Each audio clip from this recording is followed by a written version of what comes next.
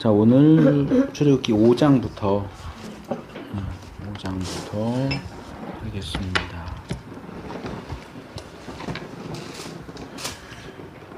지난번에 이제 모세가 처음 하나님의 부르심을 받았을 때는 염려를 많이 했어요. 이스라엘 백성들이 나를 인정하지 않고 따르지 않으면 어떡합니까 해서 하나님이 여러 가지 표징을 주셨죠. 근데 의외로 이스라엘 백성이 굉장히 순순히 인정하고 받아들였다 하는 것까지 말씀을 드렸고요. 그래서 이제 5장으로 넘어가면 모세가 아론과 함께 바로를 찾아갑니다. 그래서 내 백성을 보내라. 이 바로는 여호와가 누구냐? 난 여호와도 모르고 이스라엘을 보낼 수 없다.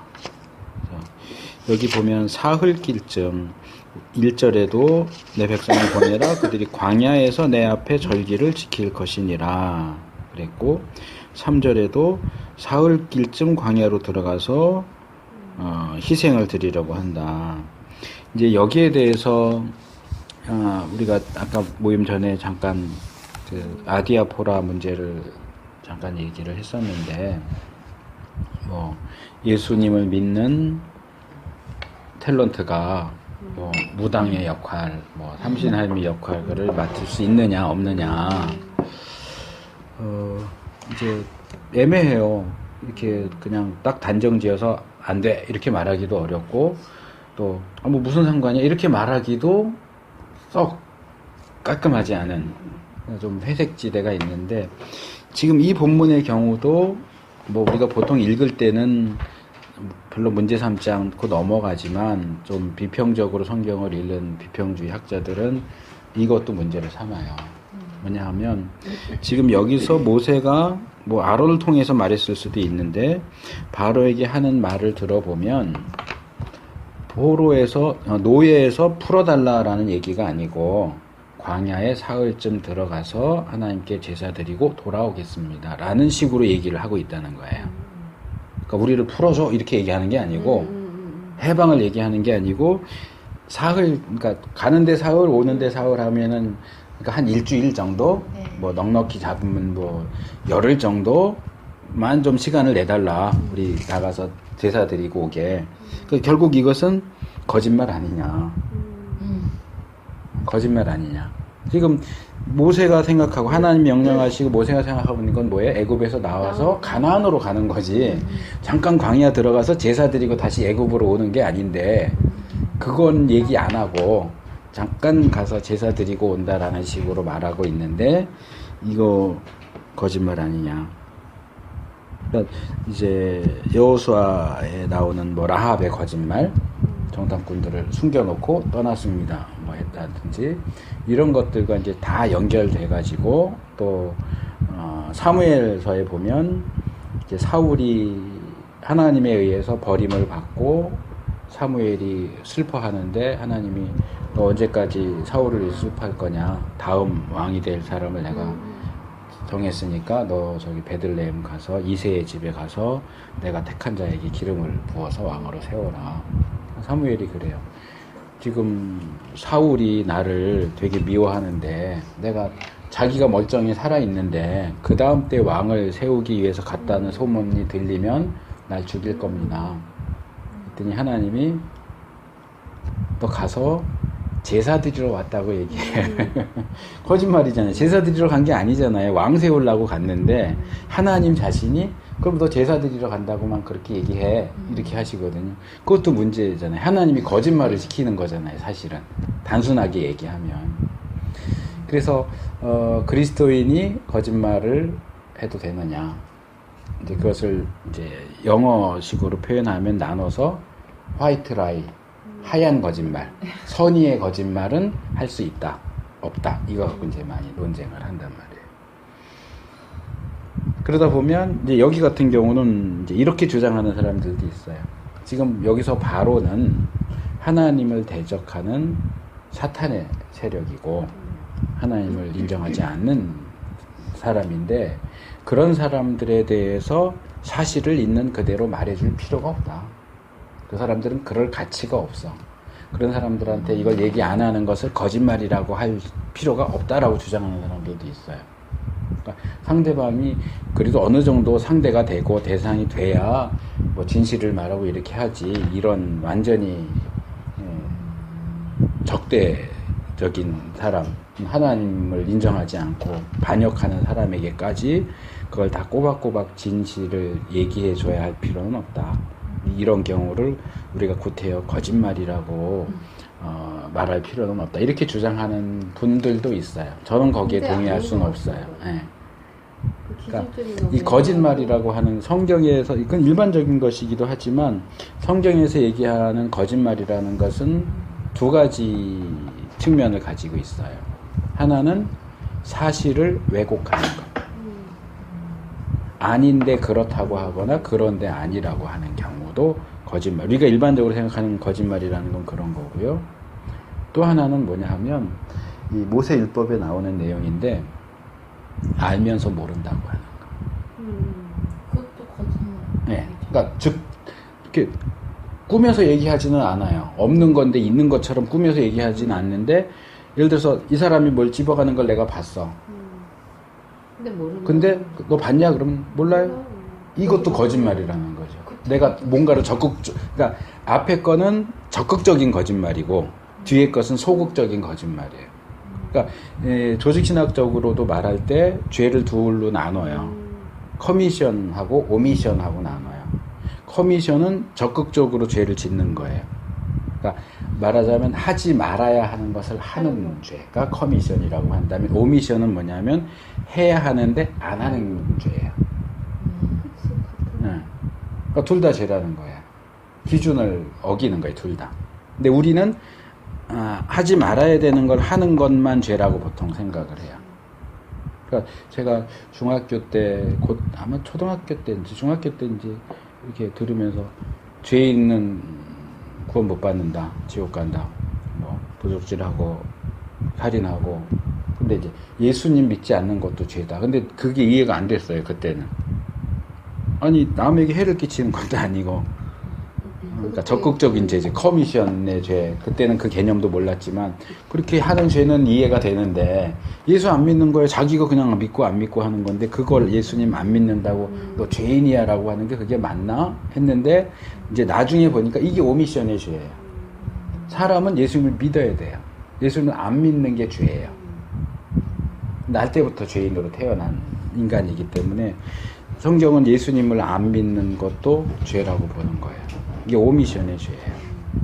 근데 이제 증인을 할 때 내가 알고 있는 사실을 모른다고 하는 그런 것도 역시 거짓말이다. 상대방이 재판장이 됐던 바로가 됐던 사실을 그대로 얘기하지 않고 일부만 보여주거나 전부를 다 은폐하거나 하는 것 역시 사실은 거짓말이다.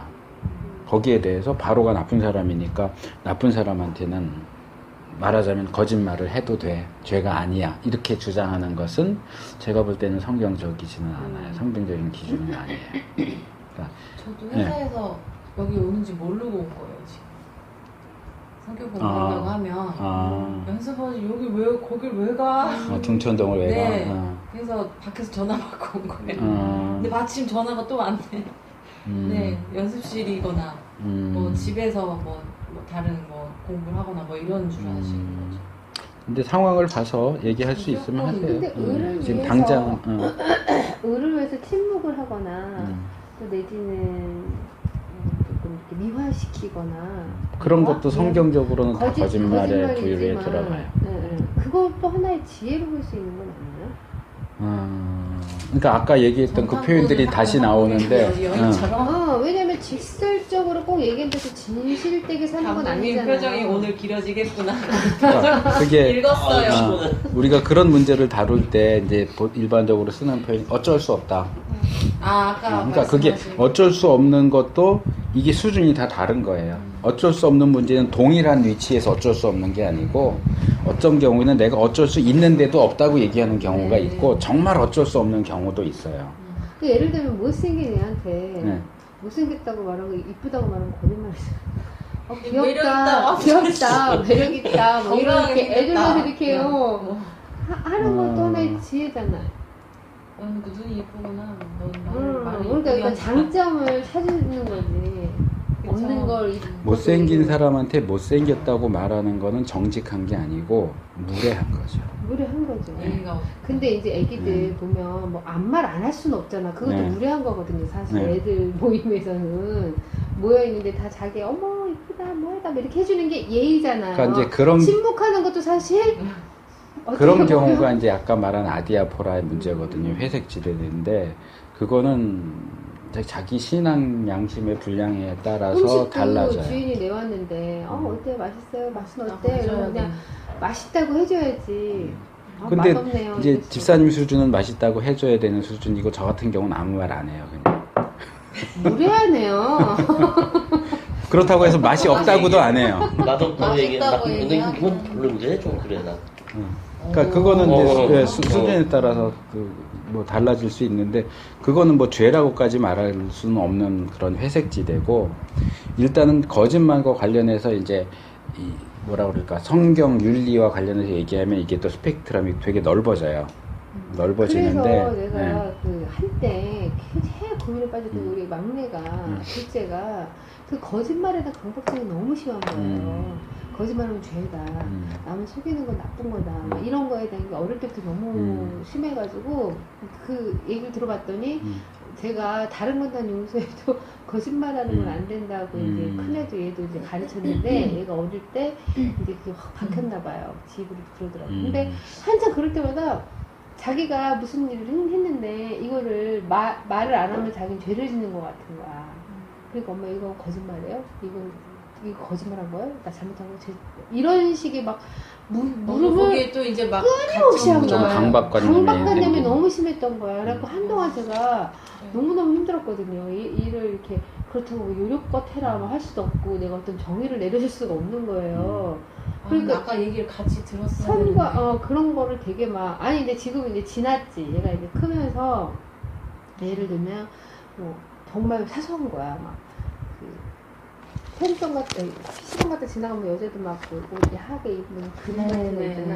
어머 저거 보면 나쁜 거 아니에요? 막 이런 그러니까 그 정도로요? 그 정도로 막 그랬었어요.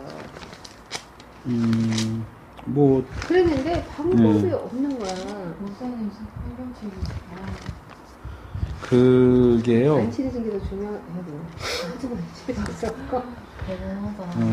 이제 예수님 말씀 남자가 뭐 만져도 뭐 올마가진 않아요. 예수님 말씀하신 것 가운데 그게 있어요. 이제 학생들, 청년들 가르치다 보면 그 질문 많이 나오거든요. 여자를 보고 음욕을 품는 자마다 간음을 그렇죠. 저지른 것이다. 여자 저도 이제 나중에 뭐 의학적인 그런 것들을 보니까 뭐 그 고민을 여자들 별로 안 해요. 남자들이 주로 하거든요. 그러니까 본문 자체가 또 여자를 보고 이렇게 돼 있으니까. 근데 신체 구조상 여자는 눈을 돌리지 않아도 다 보인대요. 이렇게 상황. 그러니까 예를 들어서 위에서부터 아래까지 시야가. 쭉 본다 그러면 남자는 이렇게 보는 게 이렇게 해야 다 보이는데 여자는 이렇게 하고 있어도 다 보인다는 거야. 이게 구조가 좀 다르대요. 같아요. 네. 여자는 근데 가보면. 저는 그렇게 얘기해요. 자, 길을 가다가 예쁜 꽃을 봤어요. 그럼 그 꽃을 보고 아 예쁘다 그러면 죄예요? 아니에요. 예쁜 걸 예쁘다고 하는 건 죄가 아니에요. 하나님이 만드신 피조물 중에 가장 예쁜 게 여자예요. 근데 꽃은 누구나 봐도 이쁜 거고 여자는 보는 사람 따라 이쁜 거 그러니까 남자에게 있어서는 여자가 제일 예쁜 거예요. 근데 예쁜 여자를 보고 가다가 이렇게 뒤돌아보면 이제 이거 내가 예수님 말씀에 걸리는 게 아닌가 그런 고민을 하는 이제 청년들이나 학생들. 근데 그건 죄가 아니다. 예수님 말씀하시는 것은 음욕이다. 저 이렇게 봤는데 예쁜 애는 그치면 되는데 저 어떻게 한번 해볼까? 어떻게 해갖고 한번 뭐 자면 좋겠다. 이렇게 가면 그거는 음욕이 되는 그거는 문제지만 예쁜 걸 보고 예쁘다. 이렇게 눈이 돌아가는 그거 자체 가지고 고민할 필요는 없다. 그 얘기하는데 거짓말의 경우도 지금 그 논의가 화이트라이가 가능하냐 아니냐 하는 논의에서 또 하나의 중요한 구절이 이 요한계시록 21장 8절이에요. 여기에 보면 지옥에 가는 사람들의 목록이 나와요. 요한계시록 21장 8절. 뭐 해석이 좀 필요하긴 한데 8절 두려워하는 자들, 믿지 아니하는 자들, 흉악한 자들, 살인자들, 행음자들, 술객들, 무당들 얘기하는 거예요. 우상 숭배자들, 그 다음에 모든 거짓말하는 자들. 안 가는 사람은 불과 없어요. 유황으로 타는 못에 참여하는 이것이 둘째 사망이다. 지옥 가는. 거짓말은. 두려워하는 것도 안 돼. 맞아.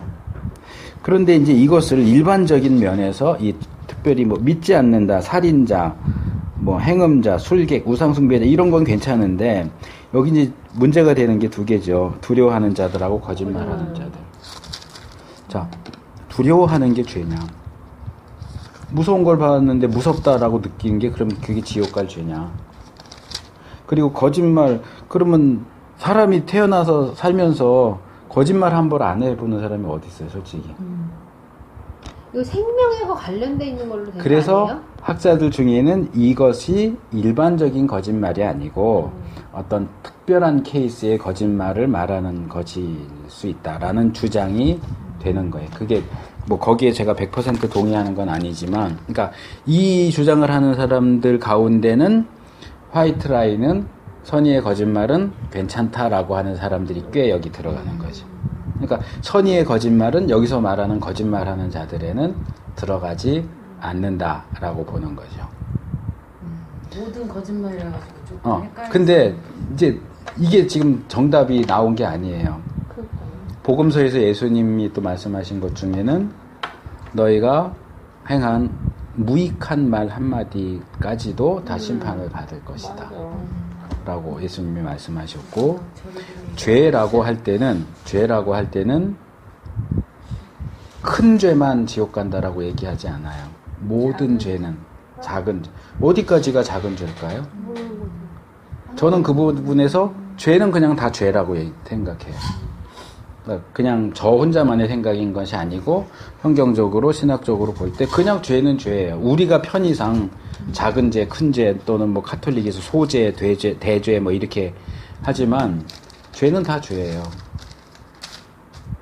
문제는 이제 거기서 문제가 되는 건 회개가 문제가 되죠. 물론 이제 신약에 보면은 사함을 받을 수 없는 죄가 있고 사함을 받을 수 있는 죄도 있고 이렇게 되는데 사함을 받을 수 있다 없다도 결국은 회개의 문제예요. 그래요? 그럼 만약에 과거에 막 별 정말 흉악한 짓을 다 한 다음에 회개를 막 해가지고 끝에는 그것이 진실한 회개라면, 네. 뭐 제가 흔히 말하는 것처럼 뭐 회개하면 되지 뭐 이렇게 해가지고 자기 하고 싶은 못된 짓 다 해놓고 형식적으로 회개한다 그럼 그건 진짜 회개가 아닌 거예요. 그러니까 청교도 중에 누가 그 얘기를 했지만 우리의 회개도 회개해야 된다. 회개하면 된다가 끝이 아니고 그 회개가 진실된 회개가 아니라면 그 지난번에 한번 제가 소개시켜 드렸던 것 같은데 이 조셉 얼라인이라고 하는 이분도 청교도 쪽 사람인데 그분이 쓴 회개에 대한 책이 있어요. 몇 군데서 이제 제목이 다르게 번역돼 나오긴 했는데 그 조셉 얼라인이 쓴 책은 한 권밖에 우리나라에 번역이 안 됐어요. 제가 알기로는. 그게 회개에 대해서는 제가 알고 있는 한 가장 잘 이 회개를 설명해 주고 있는데 사람이 지을 수 있는 죄 중에 아마 가장 큰 죄는 일반적으로 사람과 사람의 관계 속에서 말한다면 살인죄가 가장 큰 거라고 말할 수 있어요. 사람의 생명을 없애는 거니까. 그런데 그 살인죄도 회개하면 용서받을 수 있어요. 진심으로 회개한다면. 그러면 사실상 회개해서 용서를 받을 수 없는 죄는 없는 거예요. 제가 볼 때는. 문제는 그것이 큰 죄냐 작은 죄냐를 떠나서 이제 이건 제가 나름대로 내리는 결론이에요. 하나님이 그 사람에게 회개할 마음을 안 주시는 거예요. 마음 자체가 그러니까 작은 죄일지라도 회개하지 않는다면 사함을 받을 수가 없어요. 죄가 있는 사람은 천국에 갈 수가 없어요. 죄인지 모르고 지었는데 그런 건 회개. 모른다는 자체가 그런 하나님 경우에 아니시는 건가? 아니요. 그런 경우에도 이제 우리 신앙의 선배들은 그런 것까지 다 다뤘어요. 그러니까 모르고 지은 일반적으로는 두 가지 케이스가 있어요. 내가 모르고 지었다라고 할 때도 이제 또 더 설명이 필요하긴 하지만 결론적으로만 말하면 첫째는 하나님 내가 죄를 지었는데 모르고 있는 죄가 있다면 생각나게 해주세요. 맞아. 그렇게 이제 기도하고 하나님 생각나게 해주시면 회개하면 되고요.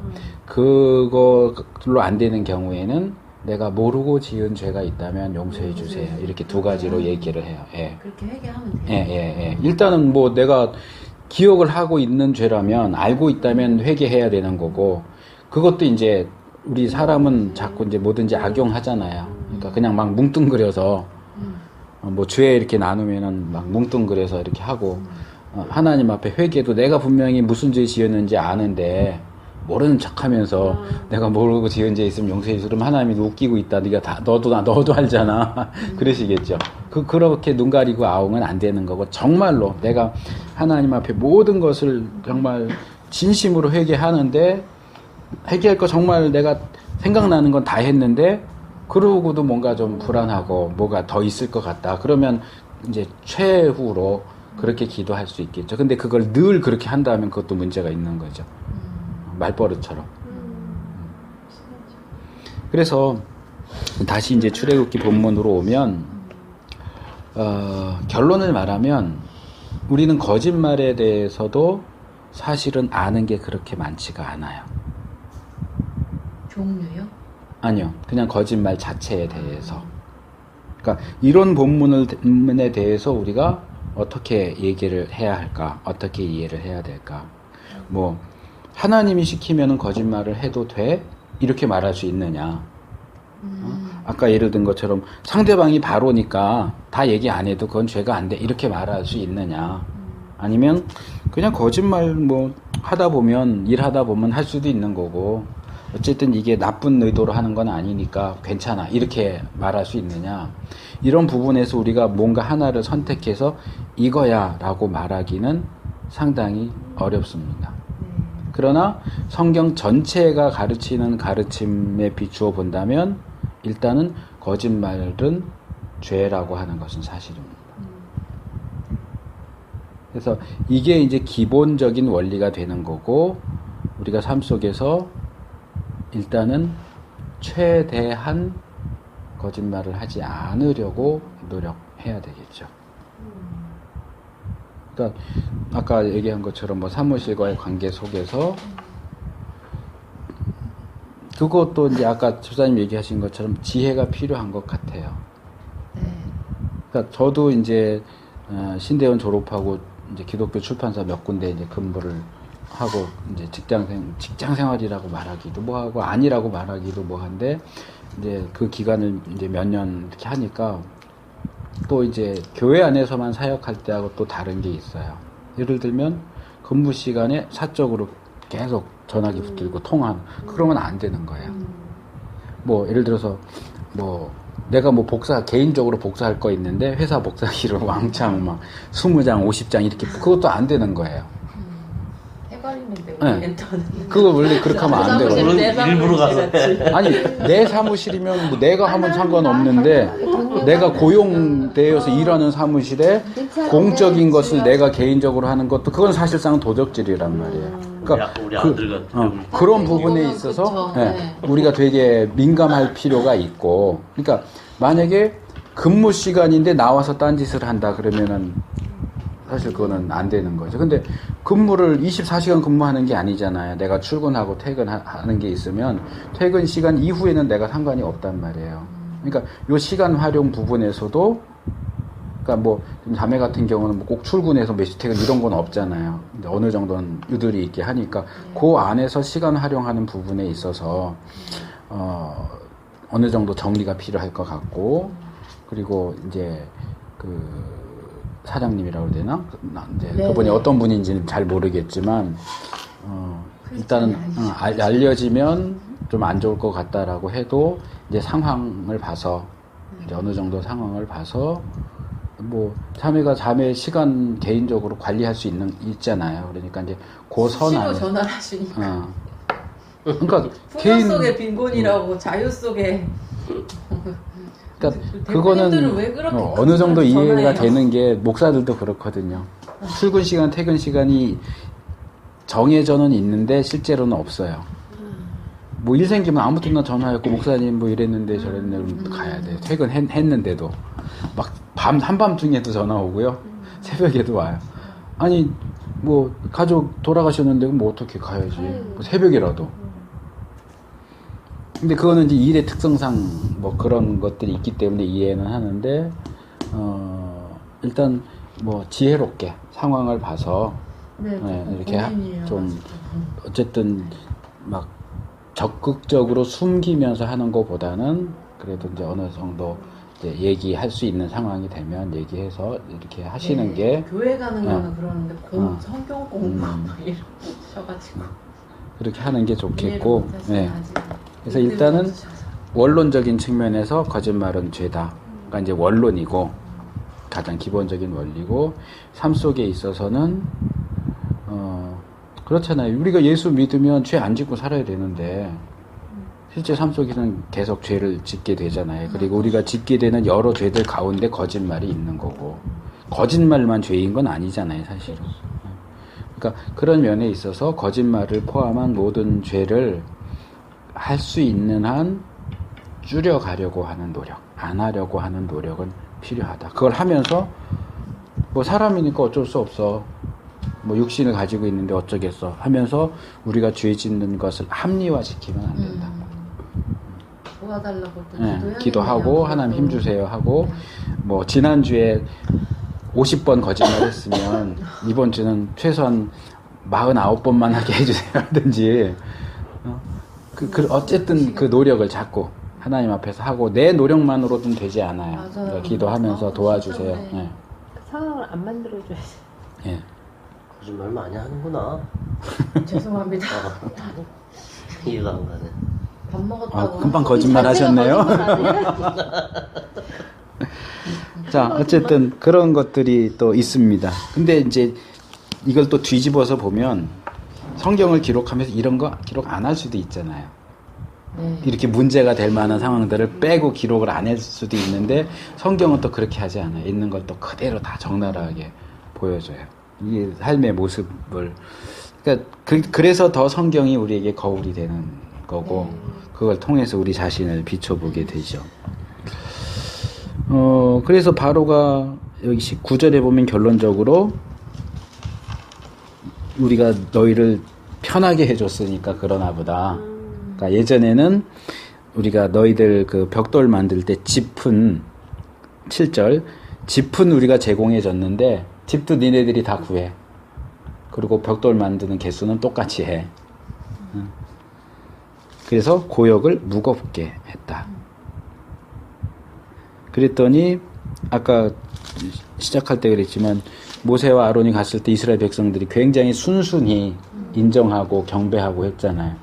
근데 이 사람들은 말하자면 이렇게 표현할 수 있을 것 같아요. 팔랑귀예요. 모세와 아론이 나타나서 이적을 행하고 이러니까 금방 또 하나님 아멘 할렐루야 했다가 바로가 또 일 힘들게 하니까 금방 또 아이고 죽겠다 그리고 막 먼저 바로에게 가서 그러죠. 15절 호소하여 가로되 왕은 어찌하여 종들에게 이같이 하나이까. 그랬더니 20절 그들이 바로를 떠나 나올 때 모세와 아론이 길에 선 것을 만나 가로되 우리로 바로의 눈과 그 신하의 눈에 미운 물건이 되게 했다. 니들 때문에 우리만 더 힘들어 죽게 생겼어. 원망하고. 무슨 좋을 중도 아니고 금방 찬양했다가 금방 또 욕했다가 팔팔 뛰었다가 축 늘어졌다가 그러면서도 또 뭐라 그래요? 여호와는 너희를 감찰하시고 판단하시기를 원하노라. 아직 하나님을 원망하진 않아요. 모세와 아론을 원망하는 선에서 그치지만 사실은 모세와 아론을 보낸 게 하나님이잖아요. 그러니까 하나님은 원망 안 하는 척하지만 사실 결국은 하나님을 원망을 하는 거죠. 그래서 이 발언 자체는 하나님이 우리 편이다라고 하는 생각이 들어있는 거예요.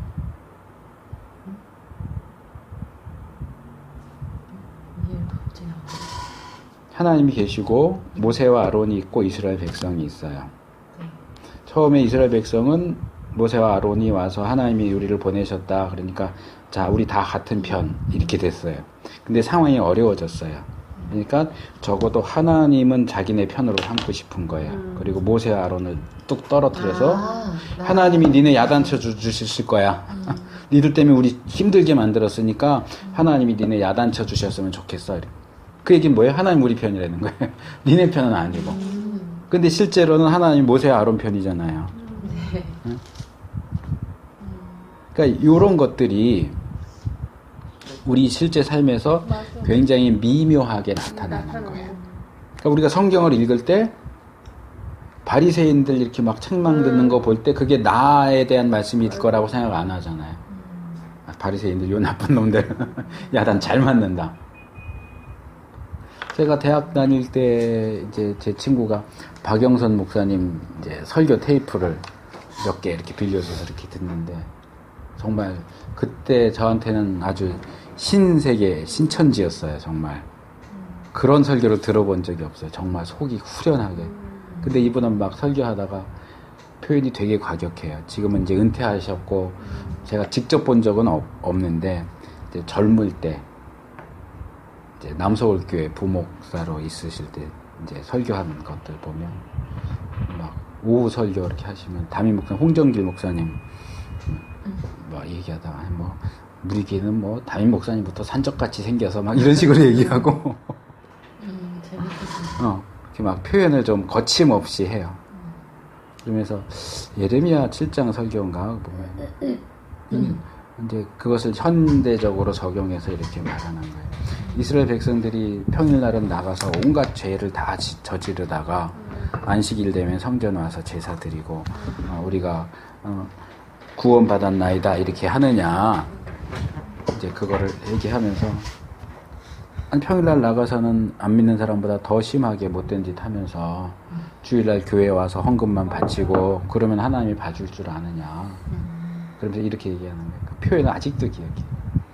나가서 그렇게 죄짓고 못된 짓 하면 주일날 교회에서 눈가를 빼서 바쳐도 하나님 기뻐하시지 않는다. 진짜 강하시네.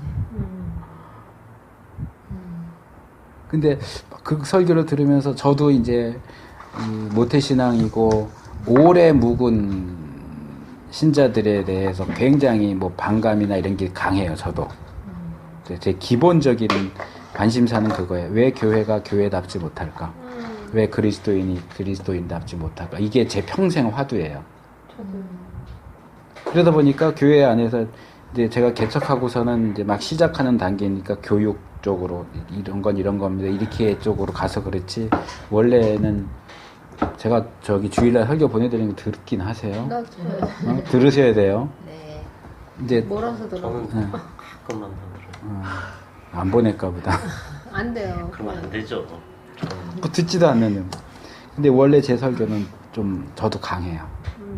네. 소위 말하는 까는 설교를 많이 했어요. 근데 지금은 다 없어졌어요. 그게 뭐 10년 넘게 이렇게 개척해서 하다 보니까 뭐 인원도 얼마 안 되고 깔 일도 별로 안 보이고 큰 교회는 훤히 보이는데 그러니까 이제 소위 말하는 묵은 신자들은 완전히 밥이죠. 까야 돼.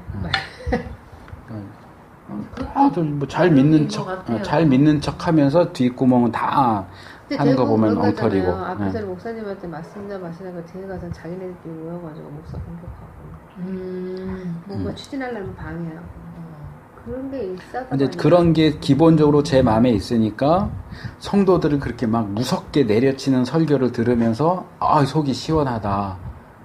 이제 그런 생각을 했는데 한 몇 년 정도 지나서 그런 저를 다시 본 거예요. 내가 왜 그런 설교를 들으면서 속이 시원하다고 생각하지? 나는 그 야단 맞는 대상이 아니라고 생각하는 거예요. 내가 그 야단 맞는 대상 속에 들어가지 않는다고 생각을 하는 거예요. 그러니까 목사님들이 그런 사람들 들으라고 설교를 막 힘있게 하는데 그 사람들 자기는 아니라고 자기는 생각해. 아니라고 생각하고 있는 거지.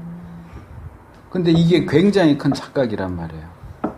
성경에서 바리새인들 예수님이 악하고 나쁜 놈들 이럴 때 이게 나한테 하는 말씀일 수 있다고 생각을 해야 되는데 우린 절대로 우리한테 하는 말씀이 아니라고 생각해.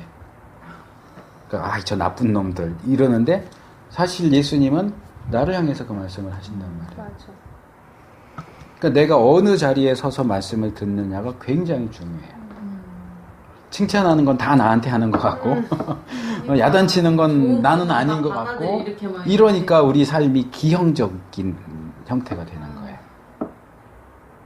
그러니까 여기 백성들도 처음에 자기네들 구원해 준다고 그럴 때는 모세 박수, 아론 박수, 하나님 박수 이랬는데 당장 그 과정 속에서 어려움이 생기고 더 힘들게 되니까 적어도 하나님은 우리 편, 모세 니네들이 나쁜 놈들 니네들 때문에 우리 힘들게 됐어. 원망이 거기로 근데 이제 뒤에 이제 출애굽기, 레위기, 민수기 이렇게 가면 광야 생활에 있어서 기본적인 주제는 뭐냐면 원망이에요.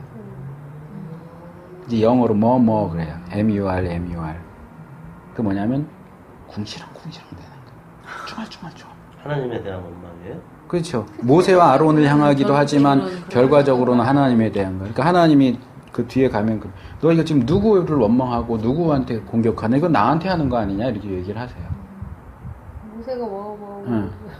모세가 많이 하더라고. 이스라엘 백성이 더 많이 하죠. 이스라엘 백성이 더 많이 해요. 그럼 모세가 이제 그거를 감당하기 힘드니까. 그러니까 이게 큰 대단한 사건이 일어났는데 그걸 경험하고 한 일주일도 안 되면 또 막 원망하고. 그래서 히브리서 기자가 이제 그걸 갖다가 쓰는 거예요. 출애굽한 이스라엘이 원망하다 멸망했다. 우리는 그러면 안 된다. 고기 먹고 싶다. 물이 없어서 원망하고 음식이 없어서 원망하고 고기가 없어서 원망하고 만나랑 고기랑 주니까 그 다음에 또 뭐 마늘, 양파 이런 거 못 먹는다고 정력이 약해진다고 또 원망하고 길이 험하면 길이 험하다고 원망하고. 우리 삶이 그러잖아요. 왜 주시고 빨리 안 주시는지. 원망해. 그래서 광야 생활의 가장 중요한 주제 중에 하나가 원망이에요. 그러니까 자기는 문제가 전혀 없다고 생각해요. 하나님에게 문제가 있고 모세에게 문제가 있고 아론에게 문제가 있고. 그냥 계획하신 속에 있는 건데 그걸 인내하지 못하고 원망한 거죠. 그러니까 감사함을 찾으려면 감사할 일도 굉장히 많은 건데 감사할 일은 당연한 걸로 생각하고 흠집을 잡는 거예요, 계속. 근데 현실적으로 이렇게 이런 상황이 일은 더 힘들어지고 지푸라기 뭐 이거 벽돌도 똑같고 하면은 솔직히 힘들 것 같아요. 힘든 건 사실이죠. 사람이 근데 이제 이거는 제가 지난번인가 지지난번인가 얘기했지만 하나님이 구원자를 주시는데 이런 모세나 삼손이나 예수님, 세례 요한 이런 경우에 보면 왜 아기의 형태로 주실까? 이미 성인인 사람을 고르면 바로 구원자로서 역할을 할 수 있는데 이걸 갓난아기로 주면 그 아이가 언제 커가지고 언제 구원자 역할을 하느냐. 그게 뭐냐 하면 구원자라고 하는 그 하나를 놓고 볼 때 우리가 기대하는 구원자 상과 하나님이 생각하시는 구원자 상이 일치하지 않는다는 거예요. 물론 하나님이 늘 구원자를 아기로 보내시지는 않아요. 성인의 형태로 주시기도 해요. 하나님의 역사하심은 다양하기 때문에. 근데 우리는 늘 똑같아요. 어떤 사람이 성격이 되게 급해요. 그래서 하루는 결심을 했어요. 내가 좀 인내심이 많아져야 되겠는데 나는 성격이 너무 급하다. 하나님께 인내심을 달라고 기도해야 되겠다. 그래서 기도했어요. 하나님, 저에게 인내심을 주세요. 빨리요. 맞는 말이네. 방법도 내가 정하고 시기도 내가 정하고 내가 원하는 대로 주셔야 마음에 드는 하나님. 내가 원하지 않는 방식으로 일하시면 그 하나님도 마음에 안 드는 거예요. 그 하나님도 까는 거예요. 왜 하나님이 그러냐 그래요. 근데 하나님은 하나님 마음대로 하실 자유가 없나요? 우리도 피조물인 우리도 우리 마음대로 할 자유를 주장하면서 창조주이신 하나님이 마음대로 할 자유는 없는 것처럼 굴어요. 내가 원하는 대로 안 하면 하나님한테도 땡깡 부리고 욕하고 협박하고 하나님 자꾸 그럼 나 교회 안 나가요? 우리 아들 하나님 안 믿어요? 이러고. 어쨌든 통해요. 그게. 근데 이렇게 이거는 하세요, 결론을 알고 있고 좀. 정말 학습을 했기 때문에 말씀을 들으면서도 저렇게 우리는 결론을 아니까 그렇지, 아름다운 우린- 결말 어. 때문에 왜 그랬을까 이렇게 하지만 저는 이해. 이 사람들은 과정 속에 있으니까. 네. 저는 이렇게 어제까지만 해도 엄마가 또 이렇게 뭐 위쪽 내시경 했는데 뭐 용종이 또 발견돼서 그거 막 통환이라고 아까 또 바쁘기도 했지만 그러니까 오빠도 아픈 상황 이러니까 너무 진짜 어디 계신 거지 막 순간 또 이러면서 기도하면서 평안을 찾기는 했는데 마음이 많이 무겁거든요. 그래서 또 내일 큰 병원도 가보고 이제 물론 육안으로 보기엔 뭐 큰 건 아닌 것 같다고 하는데 사이즈가 좀 있어가지고 기도해 주세요. 엑스레이로 한 거예요? MRI로 했어요? 내시경으로요. 내시경으로? 네, 위가 좀 이제 소화도 좀 안 되고 하시면 한 번씩 또 할 때가 훨씬 넘어가지고 했는데 요즘엔 내시경으로 해갖고 수술 그냥 그래요? 하잖아요. 근데 그걸 하기에는 조금 부위가 크고 크구나. 네. 그러면 그래서 수술을 띄어내야 따로 되구나. 해야 네, 그거 한다고. 좀 그냥 살짝 이렇게 떼어내는 게 아니고 그래도 이렇게 좀 파내야 되는 정도라서 입원이 필요하다고 큰 병원 흡연서를 받아왔어요. 그래서 마음이 하루 종일 가족들이 그래. 막 그러게. 너무 막 이러니까 와, 도대체 뭘 잘못 살았나 막 또 이렇게 되기도 하고 많이 힘들게 그러니까 과정 속에서 그런 것들은 뭐 현실적인 문제고 충분히 이해할 수 있는 영역인데 이제 여기서 문제가 되는 게 뭐냐면 믿음이에요. 그러니까 특별히 하나님이 선하신 분이시다. 하나님 우리에게 악한 것을 주시지 않는다. 그러니까 가는 과정은 뭐 여러 가지 복잡할 수 있고 그렇지만 하나님의 우리를 향한 기본적인 마음은 그 예레미야에 있는 것처럼 화가 아니고 복이고 악이 아니고 선이라고 하는 것. 그러니까 지금은 내가 이해할 수가 없어. 왜 내가 이렇게 여기에 있어야 하는지, 왜 이런 과정을 거쳐야 하는지 이해할 수 없지만 하나님 전지하신 하나님이 그러니까 몰라서 하나님도 일로 가는 게 나을지 절로 가는 게 나을지 몰라서 헤매는 게 아니고 하나님은 다 아세요. 그리고 전능하신 하나님이 사실 하나님이 주고는 싶은데 능력이 없어서 못 주신다. 그건 아니거든. 전능하신 하나님이. 근데 이유가 있어서. 자, 우리가 예수 믿어서 구원받는다. 그럼 그냥 살다가 예수 믿으면 구원받아서 천국에 가 있으면 얼마나 좋아요. 출애굽한 백성이 애굽에서 나와서 나오자마자 가나안 땅에 딱 들어가면 얼마나 좋겠어요. 근데 이유가 있어서 애굽과 가나안 사이에 광야를 거치게 하시는 거예요. 그러니까 뭐 우리가 보통 원래 거치게 하려고 했던 건가 아니면 이들이 이렇게 이러니까 훈련을 시키려고 이렇게 하신 건지. 이미 아셨을 것 같아요. 지리적으로도 그렇지만 출애굽한 이스라엘 백성은 오합지졸이에요. 노예 생활에 찌들어서 그 생각마저도 노예들인 사람들이에요. 이 사람들은 그대로 가나안에 집어넣을 수가 없어요. 그러네.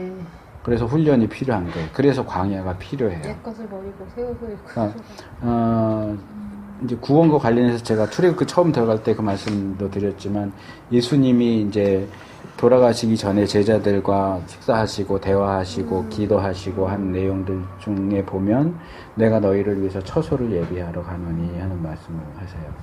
거기서 예비되어야 할 게 두 가지예요.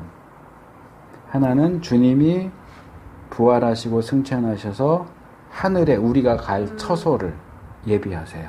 근데 처소만 예비하면 되는 게 아니고 처소에 들어가 살 우리도 준비가 돼야 돼요. 그게 광야 과정이에요. 처소가 100% 준비가 됐어도 우리가 자격이 안 되면 못 가는 거예요. 그러니까 집도 준비돼야 하고 거기 들어가서 살 우리도 준비가 되는. 이건 이제 성령님이 하시는 거죠. 우리 성화 과정을 통해서. 그러니까 그 과정은 필수예요. 그래서 욥기에도 보면 인생에 있어서 고난은 필수적인 부분이라고 하는 그런 것들이 있어요. 그렇지 않으면 우리가 단련이 되지가 않아요. 그러니까 고난을 통해서 우리를 단련을 하세요. 노래를 잘하려면 물론 태어날 때부터 잘하는 사람도 있지만 노력을 해야죠. 운동을 잘하려면 계속 연습하고 훈련해야죠.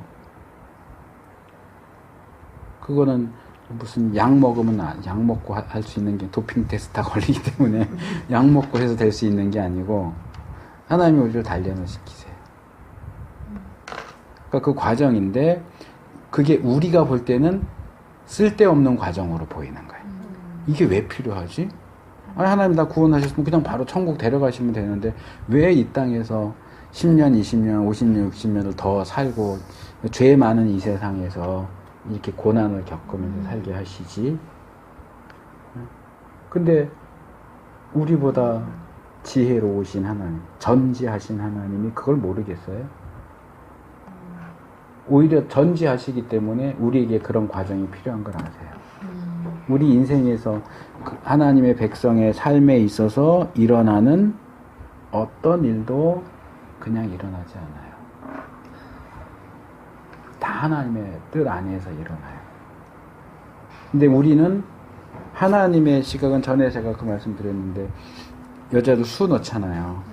그러면 놓는 입장에서는 밑그림이 그려져 있고 다 안 했어도 이렇게 하면 예쁜 그림이 나온다 하지만 뒤에서 보면 왜 거기서 다른 색깔 실이 들어오는지 왜 모양이 저렇게 되는지 전혀 알 수가 없어요. 이게 인간의 시각이고 이게 하나님의 시각이에요. 하나님의 시각에서는 전지하신 하나님이 다 밑그림을 그리고 거기에 맞춰서 누구 말대로 한 땀 한 땀 해서 작품을 만들어 가시는데 그 앞판을 볼 수 없는 우리 입장에서는 왜 여기서 이렇게 가다가 갑자기 꺾어서 저쪽으로 내려가는지 그냥 쭉 올라가면 좋겠는데 왜 내려가는지 울퉁불퉁하게 하는지 이해가 안 가죠. 이해가 안 가도 어쩔 수 없고 이해가 안 갈 수밖에 없어요. 인간인 우리에게는.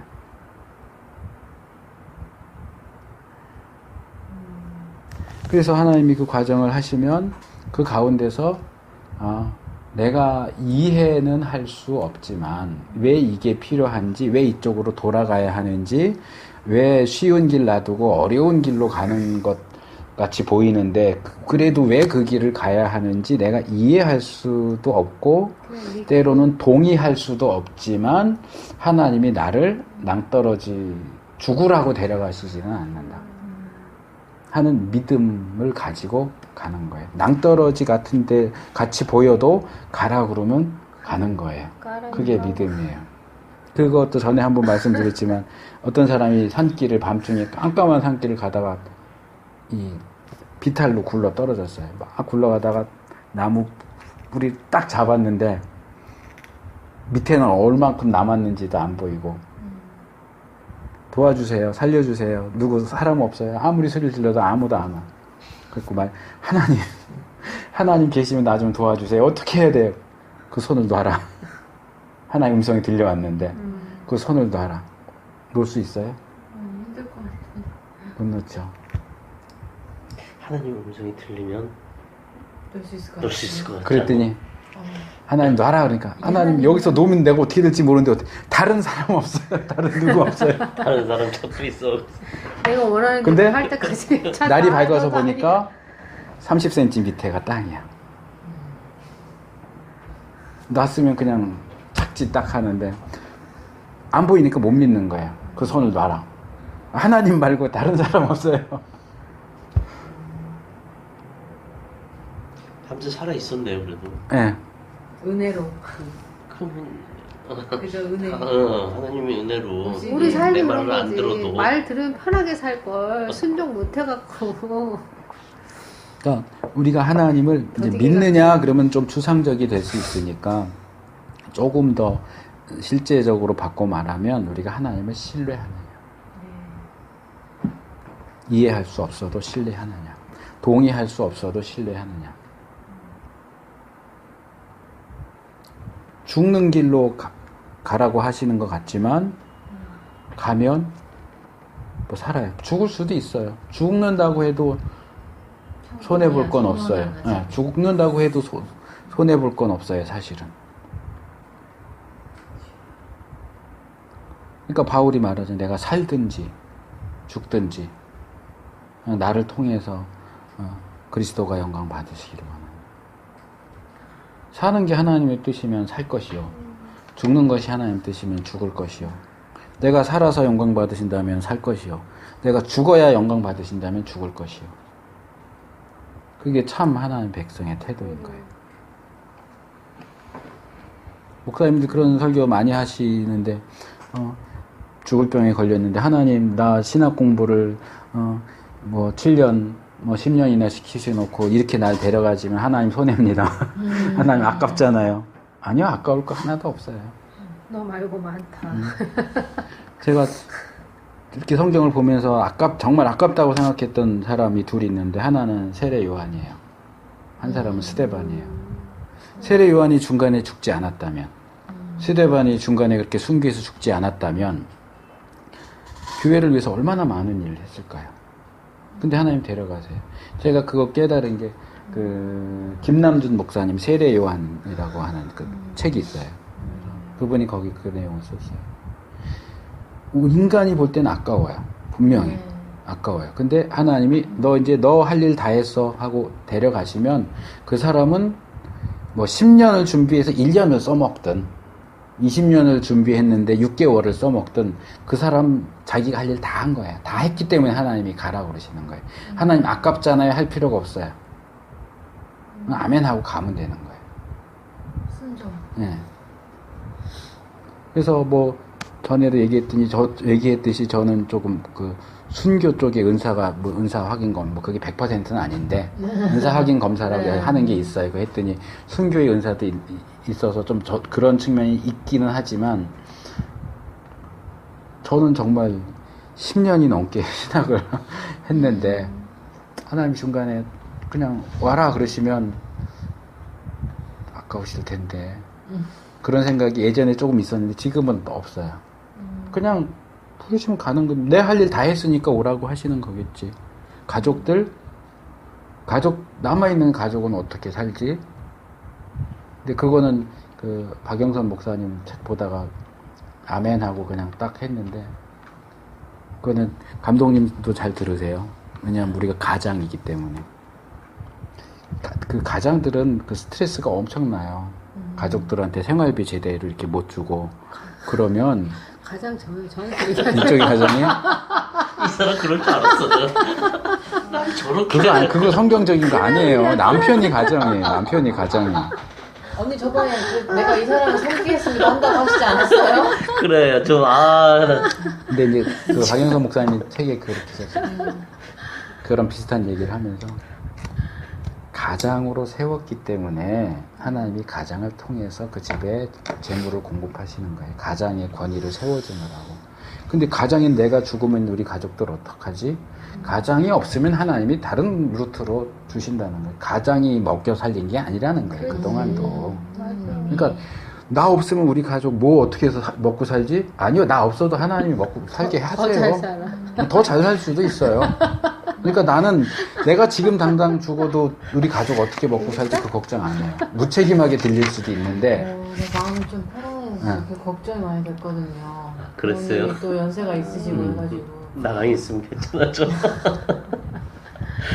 그러니까 하나님이 내 가정에 나를 가장으로 세우셨기 때문에 가장의 권위를 세워주려고 나를 통해서 공급해 주시는 거지 내가 없으면 우리 가족은 굶어 죽는다? 아니요, 그럴 일은 없어요.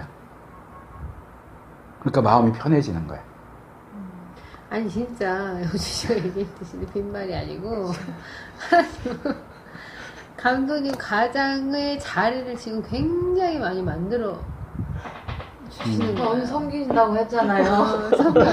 섬길게요. 언니가 언니 입으로 얘기한 걸 왜 내가 그거 꽂혀 기억하고 있어. 내가 돈을 안 벌었으면 몰라 또. 아이고. 열심히 하고 계신데.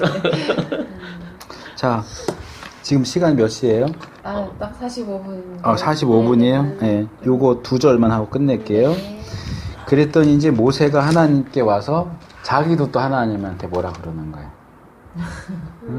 어째 이 백성이 학대를 당하게 하셨습니까? 왜 나를 보내셨습니까? 하나님 시키는 대로 했는데 상황이 더 나빠졌습니다. 근데 이미 모세는 그 앞에서 이렇게 될 거를 알았는데도 아까 말한 것처럼 이렇게 부딪히다 보면 벽에 머리 박는 것 같으니까 하나님 찾아가서 왜 이렇습니까? 이렇게 하는 거죠. 알아도 또 그러고 몰라서도 그러고. 근데 요거 하나만 더 말씀드릴게요. 아까 제가 이미 얘기한 건데 우리가 하나님께 무언가를 구하고 또는 하나님께 우리 삶에서 어떤 역사를 하신다고 할 때 내 시나리오대로 될 거라고 생각하지 말아야 돼요. 그러니까. 하나님의 시나리오가 더 좋은 시나리오예요. 맞아요. 우리가 볼 땐 돌아가는 것처럼 보여도 그러니까 우리가 자꾸 내가 내 생각대로 안 된다고 자꾸 하나님 원망하고 협박하고 그러면 안 돼요. 그렇다고 제 단어가 생각 안 나지 운명론처럼 그렇게 할 필요는 없어요. 그 안에서 제가 지난 주일날 보내드린 게 그거예요. 고통 가운데 부르는 노래 시편 탄식하는 것 어려운 가운데 있을 때 이게 또 탄식이잖아요. 하나님 앞에 그 탄식하는 것 자체가 다 잘못된 건 아니에요. 하나님이 어떻게 일하시는가에 대한 신뢰를 갖는 것 어려워도 그래서 넘어서서 기뻐하고 기도하고 하나님을 사랑하는 바라보는 거. 거예요. 네, 하나님을 바라보는 거예요. 감사하고. 그러니까 뭐 그 부분은 아마 들어보셨을 때 있지만 먹구름이 잔뜩 끼어도 그 뒤에 태양이 있다라는 걸 믿는 거죠. 먹구름이 끼어서 햇빛이 안 들어온다고 해서 태양이 없어졌어. 없어진 게 아니고 잠깐 가린 거예요. 내 삶의 어려움들 그 뒤에 하나님이 계세요. 그리고 지금도 역사하고 계세요. 물론 때에 따라 우리가 원망도 할 수 있고 불평을 할 수도 있고 그러나 원망과 불평보다는 그냥 탄식. 탄식은 하나님 저 여기 있어요. 저 좀 봐주세요 하는 외침이에요. 지난주에 보내드린 설교 꼭 들으세요. 그 내용 제가 얘기한 거거든요. 그건 굉장히 중요하고 어떻게 보면 위대한 신앙의 행위예요. 하나님을 향해서 탄식하는 거예요. 탄식하는 거 괜찮아요. 예, 예.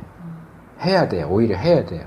근데 우리가 어쩔 때 연약하기 이렇게 때문에. 뭐 침묵한다는 느낌. 그럴 때 계속 하는 거예요. 그때 제일 예, 많이 했어요. 그럴 때도 계속 그게 하는 제일- 거예요. 하나님이 침묵한다는 느낌이 들었을 때 예, 계속 하는 거예요. 그래도. 정말, 믿음을 가지고 하는 거예요. 내가 이렇게 할 때 소리 지를 때 하나님이 왜 이러시는 답은 안 하시지만 듣고 계신다는 걸 믿고 계속해서 하는 거예요. 그러니까. 계속해서. 예. 맞아요. 혼자 기도하는 거 아니죠 이렇게. 네.